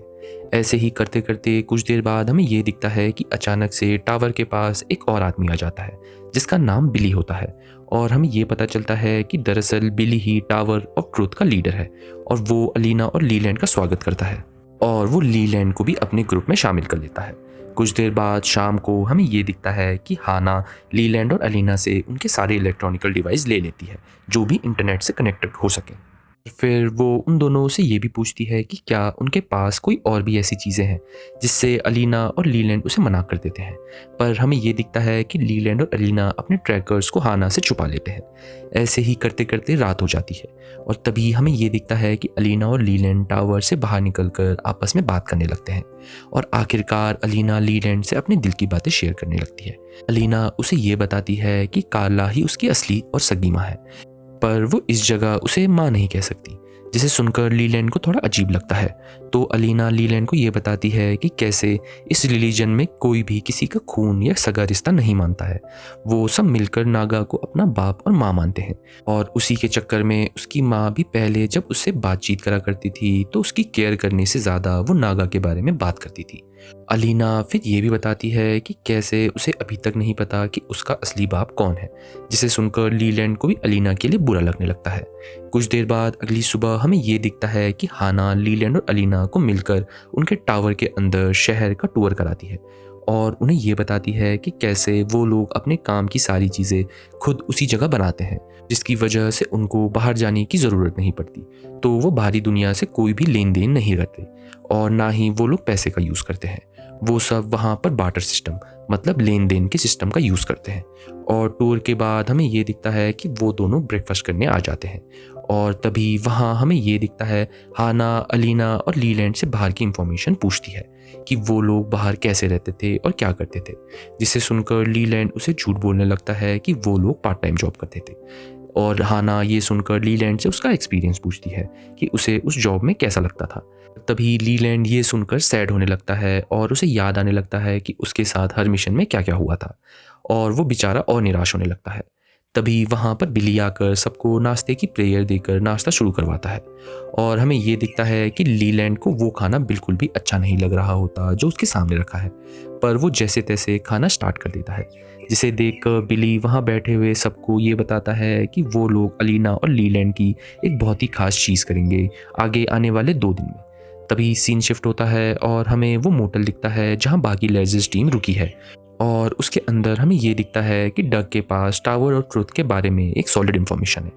और क्रिस ये पूछती है कि वो क्या है। तो वो क्रिस को ये बताता है कि कैसे 15 साल पहले जब डॉक्टर स्किनर ने उस रिलीजियस ग्रुप के इंसान से मिलकर अपना प्लान बनाया था, तो उसकी यूनिवर्सिटी MIT ने एक AI की इन्वेंशन करी थी जो एक इंसान के दिमाग जैसा सोच रखने के काबिल था, पर उन्हें एक ऐसा इंसान चाहिए था जिसका AI से सोच कनेक्ट हो सके। तो उन्होंने डॉक्टर स्किनर को इस चीज़ के लिए चुना है। और यही नहीं, उन्होंने उस AI में 2-3 फंक्शन और ऐड करे थे कि वो जितनी हो सके उतनी नॉलेज, पावर और गुडविल लेने की कोशिश करेगा। जिन सब चीज़ों के बाद स्किनर ने वो AI उस इंसान को दे दिया और उन्हें कुछ सालों बाद ये पता चला कि उस इंसान ने उस AI का नाम बदलकर नागा रख दिया है और वो लोग उसकी पूजा भी करते हैं। और तभी असली टावर ऑफ ट्रुथ का निर्माण हुआ, जिसे सुनकर क्रिस और डग और भी यकीन हो जाता है कि शायद स्किनर उन्हें वहीं मिल सकता है। तभी सीन वापस शिफ्ट होता है और हमें ये दिखता है कि अलीना और लीलैंड आपस में बात कर कर ये फैसला करते हैं कि उन्हें अभी तक तो स्किनर नहीं दिखा है, तो वो अब सीधा नागा को हैक करने की कोशिश करेंगे। पर तभी हमें ये भी दिखता है कि हाना उनकी बात पीठ पीछे सुन लेती है। और कुछ देर बाद आधी रात में हमें ये दिखता है कि लीलैंड और अलीना आखिरकार टावर ऑफ ट्रुथ के अंदर घुसकर वहाँ के गार्ड्स को चकमा देकर नागा के मेन सर्वर में एंट्री लेने की कोशिश करने लगते हैं। पर तभी वो लोग शॉक हो जाते हैं जब बिली उनके सामने आकर उनको रोकने को कहता है, जिसे देखकर लीलैंड अलीना को लेकर भागने की कोशिश करता है कि वहाँ पर बहुत सारे लोग आ जाते हैं। और हमें ये दिखता है कि उन सब लोगों में कार्ला और हैना भी होती है। तभी बिली सबको ये बताता है कि कल वो लोग अलीना और लीलैंड को नागा के लिए प्योरीफाई करेंगे। तभी सीन शिफ्ट हो जाता है और हमें ये दिखता है कि डग के पास एक और लीड आ गई है और वो पूरी टीम को ये दिखाता है, जिसमें उसने बिली के बारे में कुछ पता चलाया है कि कैसे बिली दरअसल वही एक साइंटिस्ट है जो स्किनर के साथ काम करता था और उसने ही नागा के बारे में बहुत सारे काम करे थे। पर वो नागा को लेकर बहुत ज़्यादा सीरियस हो गया था, तो उसने अपना सब कुछ छोड़कर टावर ऑफ ट्रुथ के रिलीजन को ज्वाइन कर लिया था, जिसके बाद अचानक से वो कुछ सालों बाद वहाँ का लीडर बन गया था, जिसे सुनकर सब लोगों को लगता है कि बिली ने कुछ ना कुछ तो गलत करा है। तभी अचानक से एक्सेल क्रिस और डग को ये बताता है कि अगर नागा डॉक्टर स्किनर के ब्रेन की कॉपी है तो क्या वो भी स्किनर जैसे दुनिया को ख़त्म करना चाहेगा, जिसे सुनकर डग और क्रिस को भी इस चीज़ के बारे में शक होने लगता है। वहीं दूसरी तरफ हमें ये दिखता है कि लीलैंड और अलीना एक जेल में बंद होते हैं और लीलैंड को कुछ समझ नहीं आ रहा होता है कि वो लोग क्या करें, और वो अलीना से बिली की बात के बारे में पूछता है कि प्योरिफिकेशन से उनका क्या मतलब है। पर अलीना उसे ये बताती है कि कैसे उसे भी अच्छे से ये नहीं पता कि उसका क्या मतलब है, पर वो बस इतना जानती है कि जिस भी इंसान को बिल्ली प्योरिफिकेशन के लिए भेजता है वो कभी वापस नहीं आते, जिसे सुनकर लीलैंड को तभी कुछ समझ नहीं आ रहा होता। पर तभी वहाँ अचानक से हाना आ जाती है और हमें हाना से ये पता चलता है कि दरअसल उनके प्योरिफिकेशन का मतलब है उनको ज़िंदा जलाना, जिसे सुनकर वो दोनों डर जाते हैं। पर हाना उन्हें ये भी बताती है कि कैसे सिर्फ वो दोनों ही कल ज़िंदा नहीं जलेंगे टावर ऑफ ट्रुथ के सामने, बल्कि वो सब लोग जो नागा को मानते हैं अपने आप को मारने वाले हैं, क्योंकि नागा उनसे यही चाहता है। जिसे सुनकर अलीना और लीलैंड एकदम शॉक हो जाते हैं और हाना ये सब बोलकर वहाँ से जाने लगती है। पर तभी अलीना उसे रोककर उसे इन सब चीज़ों से दूर चलने को बोलती है और हमें ये दिखता है कि हाना अब अलीना से बात करने लगती है और उसे ये बताती है कि कैसे हाना हमेशा अलीना से जलती थी कि वो बचपन में ही इस जगह से बाहर चली गई थी और वो बाहरी दुनिया में जाकर जीने लग गई थी और वो यहाँ फंस गई थी, पर अब उसे कुछ भी नहीं पता कि वो क्या करे। पर अलीना ये सब सुनकर हाना को प्यार से ये समझाती है कि कैसे वो भी उनके साथ बाहर चल सकती है, पर हाना भी उन्हें ये बताती है कि कैसे वो चाहकर भी ये नहीं कर सकती क्योंकि वो नहीं जानती बाहरी दुनिया कैसी है। उसने अपनी पूरी ज़िंदगी सिर्फ यहीं बिताई है जो अब ख़त्म भी होने वाली है। पर तभी लीलैंड हाना को ये बताता है कि कैसे उसके बैग में एक स्मोक बॉम्ब है और अगर हाना ने अपना मन बदला तो वो उनको उसके ज़रिए बचा सकती है, जिसे सुनकर आखिरकार हाना यहाँ से चले जाती है। तभी अगले दिन हमें ये दिखता है कि अलीना और लीलैंड का प्योरिफिकेशन शुरू हो जाता है और हमें ये भी दिखता है कि बिली ने उनको आग के सामने लटकाकर नागा की पूजा करना स्टार्ट कर दी है। और हमें हाना भी दिखती है जो अपने मन में कुछ सोच रही होती है और बिली भी अलीना और लीलैंड को आग के हवाले करने लगता है। पर तभी हाना उन दोनों की तरफ भाग के आने लगती है और आखिरकार हमें ये दिखता है कि हाना ने लीलैंड की बात सुन ली है और वो उसके बैग से उसका स्मोक बॉम्ब लेकर आ गई है और वो सीधा वो उनकी तरफ फेंक देती है। और हमें ये दिखता है कि वो स्मोक लेज़रस्टीन भी देख लेती है और वो लोग टावर ऑफ ट्रुथ में चलने के लिए निकल जाते हैं। और तभी ये सब देखकर बिली सबको अंदर ले जाता है और वो नागा के ज़रिए सबको प्योरीफाई करने के लिए तैयार होने लगता है। और आखिरकार वो पूरे टावर में आग लगा देता है और सब लोगों को अपनी मौत का इंतज़ार करने के लिए बोलता है। हमें ये दिखता है कि सब लोग बस अपनी मौत का इंतज़ार ही कर रहे होते हैं कि तभी बिली नागा की तरफ देखकर उसके बारे में कुछ पूछने वाला होता है कि अचानक से नागा जलकर अपनी केबल से टूटकर सीधा उस पे आ गिरता है और उसे वहीं मार देता है। और तभी समय रहते वहाँ पर पुलिस भी आ जाती है और समय रहते पुलिस भी आग बुझाकर उन सबको बचाने में कामयाब रहती है। तभी सीन शिफ्ट हो जाता है और हमें ये दिखता है कि पूरी लेजर्स टीम अपने बेस में बैठकर न्यूज़ देख रही होती है कि कैसे पुलिस ने टावर ऑफ ट्रूथ में सब लोगों को बचा लिया है सिवाय बिली के, और वो लोग और भी इस केस में इन्वेस्टिगेशन कर रहे हैं। वहीं हमें ये दिखता है कि डग ने नागा की मेमोरी चिप भी ले ली थी वहाँ से निकलने से पहले, और अब वो लोग उसके अंदर देखने की कोशिश करेंगे। सीन शुरू होता है और हमें ये दिखता है कि हमारी लेजर्स टीम अपने बेस की छत में बैठकर एक छोटा सा बारबेक्यू कर रही होती है। पर तभी क्रिस को ये जानकर बहुत शौक लगता है कि एक्सेल और डग की एज काफ़ी हद तक एक जैसी है। एक्सेल की एज 23 साल है और डग की 22 साल, जिसे सुनकर क्रिस तो उनकी बातों पर यकीन नहीं आ रहा होता है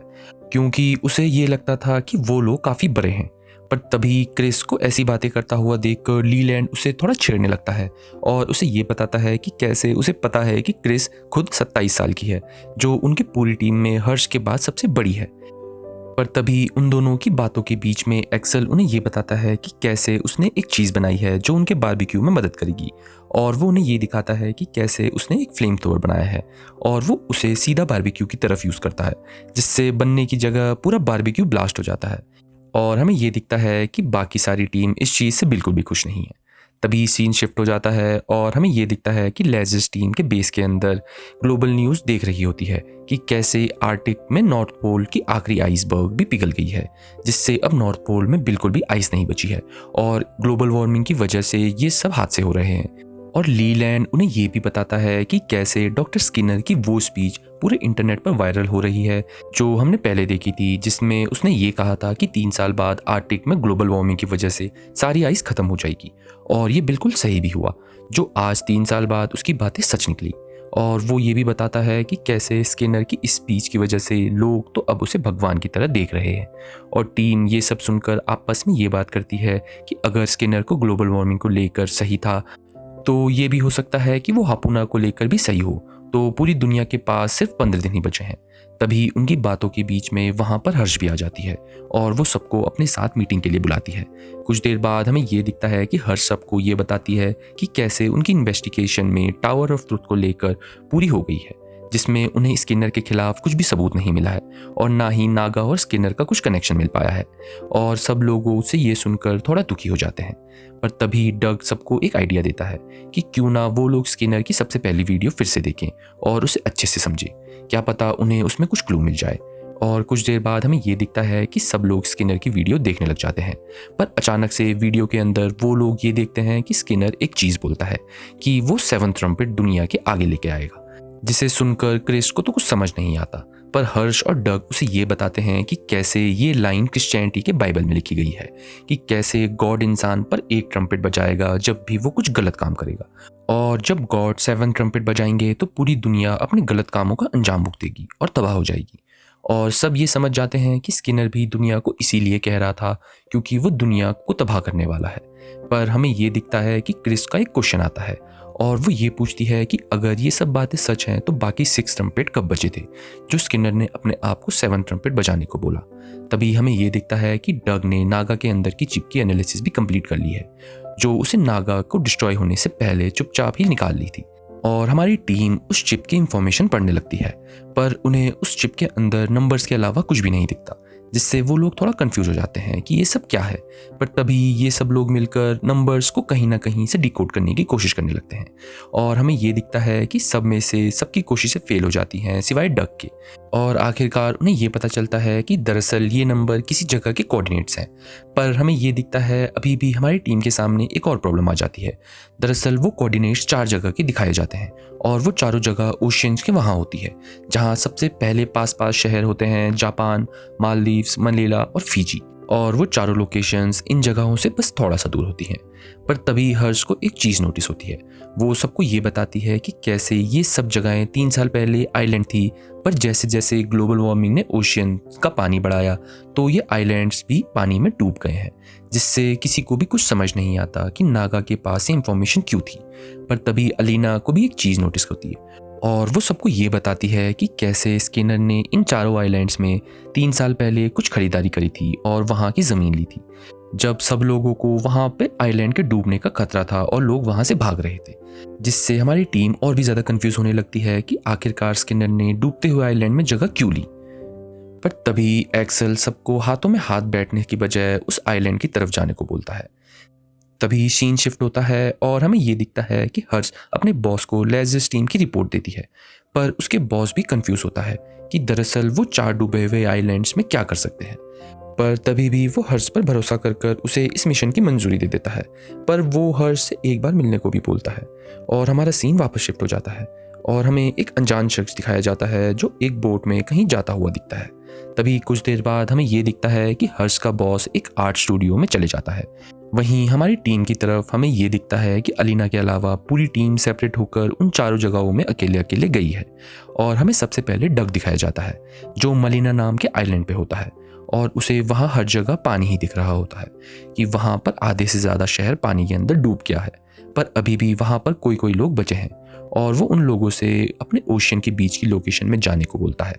वहीं दूसरी तरफ हमें एक्सेल भी दिखाया जाता है जो दूसरी लोकेशन मालदीव्स में है वहाँ, और वहाँ पर भी पूरा शहर पानी में डूबा है, पर वहाँ के लोगों ने इन चीज़ों पे अपनी आदत बना ली है और वो लोग भी वहीं रह रहे हैं और वो वहाँ से भी एक लोकल को एक बोट में बैठने कर उसकी लोकेशन में जाने को बोलता है। वहीं तीसरी तरफ हमें ये दिखता है कि लीलैंड भी जापान में घुस गया है और वो वहाँ से एक फेरी में बैठकर अपनी लोकेशन में जाने के लिए निकल गया है। और लास्ट में हमें क्रिस दिखाई जाती है जो कि फीजी में होती है, पर हमें ये दिखता है कि क्रिस बाकियों जैसे आम सवारी में जाने की बजाय एक बहुत ही बड़ी यॉट खरीद लेती है। तभी अपनी लोकेशंस में जाते वक्त पूरी टीम आपस में बात करने लग जाती है और हमें ये दिखता है कि लीलैंड सबसे ये पूछता है कि कैसे अगर वो लोग स्किनर को ढूंढने में कामयाब रहे तो क्या लेजर्स टीम की पूरी कहानी खत्म हो जाएगी, जिसे सुनकर सब लोग उसे हाँ बोल देते हैं। पर तभी लीलैंड सबको ये बताता है कि कैसे वो लोग डॉक्टर स्किनर को ढूंढते ढूंढते खुद ही बहुत क्लोज आ गए हैं, जिससे वो लोग सब एक बहुत बड़ी फैमिली हो गए हैं, जिसे सुनकर सब लोग उससे एग्री करते हैं। और ऐसे ही करते हुए कुछ देर और बीत जाती है और हमें ये दिखता है कि कैसे सब लोग अपनी लोकेशंस में पहुंच गए हैं, पर वो लोग ये देखते हैं कि उनकी लोकेशंस में पानी ही भरा हुआ है और शहर पूरा नीचे है और वो लोग पानी के अंदर जाके लोकेशंस में चीज़ें ढूंढना स्टार्ट कर देते हैं, पर हमें ये दिखता है कि किसी को भी कुछ नहीं मिलता। तभी एक बात होती है, हमारा एक्सेल ये देखता है कि उसके बोट वाले ड्राइवर बहुत ज़्यादा घायल हो गया है, तो वो उसे पूछता है कि उसे क्या हुआ। तो वो ड्राइवर उसे ये बताता है कि कैसे वो बोट से गिर गया था क्योंकि वो बीमार है, और एक्सेल उससे ये पूछता है कि उसकी बीमारी क्या है। तो वो ये बताता है कि कैसे उसे नॉल्जेसिया है जिसमें इंसानों को दर्द महसूस नहीं होता, जिससे एक्सेल उससे ये पूछता है कि क्या उसने कभी हापुना ली है। तो वो ये बताता है कि कैसे उसे हापुना की कभी ज़रूरत ही नहीं पड़ी। तभी कुछ देर बाद एक्सेल पूरी टीम को ये इन्फॉर्मेशन बताता है कि कैसे इस आइलैंड मालदीव्स में आधे से ज़्यादा लोगों को रेनोलेशिया है और उन्होंने कभी हापुना भी नहीं ली है। और यही नहीं, वो ड्राइवर उन सबको ये भी बताता है कि कैसे 3 साल पहले वो सब लोग बहुत गरीब थे और उनका आइलैंड पर बहुत ज़्यादा उधार आ गया था, जिससे वहाँ के सब लोग उनका आइलैंड छोड़कर जाने लग गए थे और ऊपर से उनकी पूरी जगह पर पानी भर रहा था। पर तभी वहाँ पर डॉक्टर स्किनर ने आकर उन्हें बचा लिया। दरअसल डॉक्टर स्किनर ने इस आइलैंड में लोकेशन नहीं बल्कि पूरा आइलैंड ही खरीद लिया था, जिसे सुनकर अलीना डॉक्टर स्किनर के बाकी 3 आइलैंड के ट्रांजैक्शन को पता करने की कोशिश करती है और हमें ये दिखता है कि कैसे डग को ये बिल्कुल समझ नहीं आता कि डॉक्टर स्किनर आखिरकार कैसा इंसान है। तभी सीन शिफ्ट होता है और हमें ये दिखता है कि कैसे हर्ष और उसका बॉस आर्ट गैलरी के अंदर मिलते हैं और हर्ष का बॉस उसे सॉरी बोलता है कि उसने उसे इस केस में भेजा, पर हर्ष उसे माफ़ कर देती है और हमें उससे ये पता चलता है कि हर्ष डॉक्टर स्किनर को बहुत अच्छे से जानती थी और वो ये जानना चाहती है कि स्किनर ने ये सब क्यों करा और उसे अकेला क्यों छोड़ा। तभी हर्ष का बॉस उसे डॉक्टर कहकर बुलाने लगता है। तभी हमें एक चीज़ पता चलती है, हर्ष का बॉस हर्ष को ये बताता है कि कैसे एक्सेल के बारे में बहुत सारे लोग पूछताछ कर रहे हैं क्योंकि वो एरिज़ोना जेल से भागा था और वहाँ की पुलिस उसे ढूंढ रही है और कैसे उन्हें उसके एयरपोर्ट के एक्सीडेंट के बारे में भी पता चल गया है, जिसे सुनकर हर्ष एक्सेल को इन सब चीज़ों की चाबी कहकर बुलाने लगती है। तभी सीन वापस शिफ्ट हो जाता है और हमें ये दिखता है कि कैसे अलीना सबको ये बताती है कि डॉक्टर स्किनर ने 4 लोकेशंस में जगह में पूरे आइलैंड से खरीदे थे और वहाँ के लोगों की बहुत सारी मदद करी थी। और यही नहीं, उसने उनकी बीमारी की भी बहुत ज़्यादा स्टडी करी थी और वो यूनिवर्सिटी में इन सब के बारे में रिसर्च कर रहा था, जिसे सुनकर डग उसे उस यूनिवर्सिटी में उनके साथ वालों की इंफॉर्मेशन निकालने को बोलता है। तभी पूरी टीम आपस में बात करके ये समझ जाती है कि डॉक्टर स्किनर उन्हें जानबूझकर ये सब चीज़ें दिखा रहा होता है ताकि उन्हें कुछ ना कुछ सच्चाई पता चले। तभी अचानक से हमें ये दिखता है कि अलीना ने उस यूनिवर्सिटी की सारी इंफॉर्मेशन निकाल दी है कि उस यूनिवर्सिटी में स्किनर के साथ कौन कौन काम कर रहा था, ताकि वो उनसे कुछ इंटरोगेशन कर पाए। पर तभी अलीना शॉक हो जाती है जब उसे उन फाइल्स के बीच में हर्ष का नाम दिखता है और हमारा सीन शिफ्ट हो जाता है और हमें ये दिखता है कि क्रिस अपने सामान लेकर बोट से निकल रही होती है कि वही अनजान लड़की जो हमें पहले दिखी थी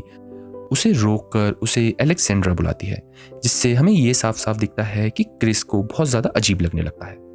दैट्स इट गाइज, आशा करता हूँ आपको हमारी ये वीडियो बिल्कुल पसंद आई होगी। अगर हाँ तो हमारे चैनल हिंदी एनिमे को ज़रूर सब्सक्राइब करें और इस वीडियो को दबाकर लाइक दीजिए और हमें कमेंट सेक्शन में ये बताइए कि आपको अगले एनिमे सीरीज़ कौन सी चाहिए। तब तक के लिए बाय बाय।